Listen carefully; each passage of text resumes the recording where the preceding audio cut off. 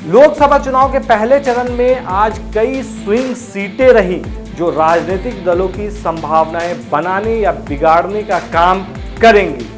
आज 102 सीटों पर सांसद चुनने के लिए वोट हो चुका है और 102 सांसदों की किस्मत ईवीएम में कैद हो चुकी है। बीजेपी और इंडी गठबंधन दोनों कई ऐसी सीटें हैं जिस पर उम्मीद लगाए हुए हैं। ऐसी सीटों में 6 बहुत ही खास सीटें हैं जहां से दोनों को पार्टी को उम्मीद है कि वो भी जीत सकती हैं, वो भी जीत सकते हैं। चलिए नजर डालते हैं उन पर। ऐसे में कई ऐसी सीटें हैं जहां से बीजेपी को कड़ी मशक्कत करनी पड़ेगी, जैसे कोयम्बटूर लोकसभा सीट। कोयम्बटूर लोकसभा सीट पर कड़ा मुकाबला देखने को मिल सकता है, जिसमें तमिलनाडु बीजेपी प्रमुख के अन्नामलाई का मुकाबला डीएमके नेता गणपति पी राजकुमार और एआईएडीएमके के सिंगाई रामचंद्रन से है। तमिलनाडु प्रदेश अध्यक्ष की उम्मीदवारी से पता चलता है कि बीजेपी दक्षिण भारत में अपनी मौजूदगी बढ़ाने के लिए कड़ी मेहनत कर रही है, लेकिन शायद फिर से बीजेपी को यहां से मायूसी हाथ लगे।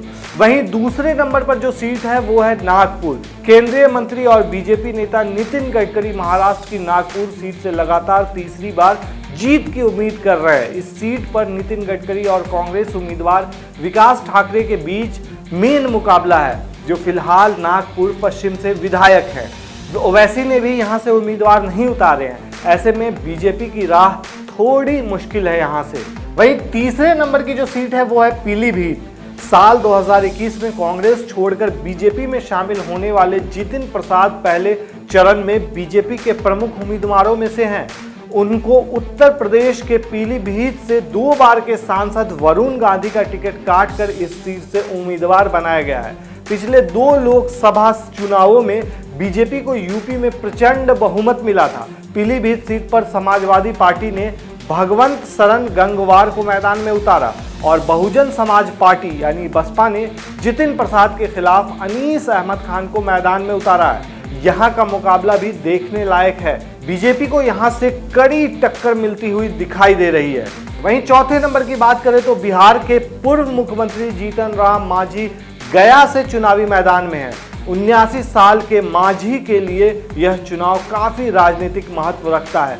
गया में सबसे ज्यादा यानी कि 14 उम्मीदवार चुनाव लड़ रहे हैं। बीजेपी ने गया सुरक्षित सीट है ये एक अपने सहयोगी दल हिंदुस्तानी अवामी मोर्चा सेक्युलर के लिए छोड़ दी है, लेकिन जीतन राम मांझी के लिए यह उतनी आसान नहीं है जितनी दिखाई दे रही है। 5वीं सीट की बात करें तो छिंदवाड़ा, मध्य प्रदेश की छिंदवाड़ा सीट साल 2019 के चुनाव में कांग्रेस ने जीती थी। अब बीजेपी कांग्रेस की इस एकमात्र सीट को छीनने के लिए कोई कसर नहीं छोड़ रही है। मध्य प्रदेश के पूर्व सीएम कमलनाथ के बेटे नकुल नाथ छिंदवाड़ा सीट से बीजेपी उम्मीदवार विवेक बंटी साहू के खिलाफ फिर से चुनावी मैदान में हैं। बंटी साहू पिछले 2 विधानसभा चुनावों में कमलनाथ से हार गए थे। यहां किसी की भी जीत हो सकती है, बाजी कभी भी पलट सकती है, कुछ कहा नहीं जा सकता। ये स्विंग सीटों में से एक है। वहीं 6ठी सीट जोरहाट लोकसभा में कांग्रेस के डिप्टी लीडर गौरव गोगोई इस बार भी निर्वाचित होकर संसद पहुंचेंगे या नहीं, ये असम की जोरहाट सीट तय करेगी। इस सीट को बीजेपी के गढ़ के रूप में देखा जाता रहा है। गौरव गोगोई के अपने परिवार के गढ़ काजीरंगा, जहां से वो सांसद हैं, के बजाय जोरहाट से चुनाव लड़ने के फैसले ने मुकाबले को दिलचस्प बना दिया है। यहां भी कांटे की टक्कर होगी। ऐसे में कहा जा सकता है कि बीजेपी की राह 400 के पार की आसान नहीं है। देखा जाए तो बहुत कड़ा टक्कर देखने को मिल सकता है। इसके अलावा राजस्थान में 12, उत्तर प्रदेश में 8, मध्य प्रदेश में 6, असम और महाराष्ट्र में 5-5, बिहार में 4, पश्चिम बंगाल में 3, मणिपुर में 2, त्रिपुरा, जम्मू और कश्मीर और छत्तीसगढ़ में 1-1 सीट पर मतदान हुआ। यूपीए ने साल 2019 में 102 सीटों में से 45 और एनडीए ने 41 सीटों पर जीत हासिल की थी।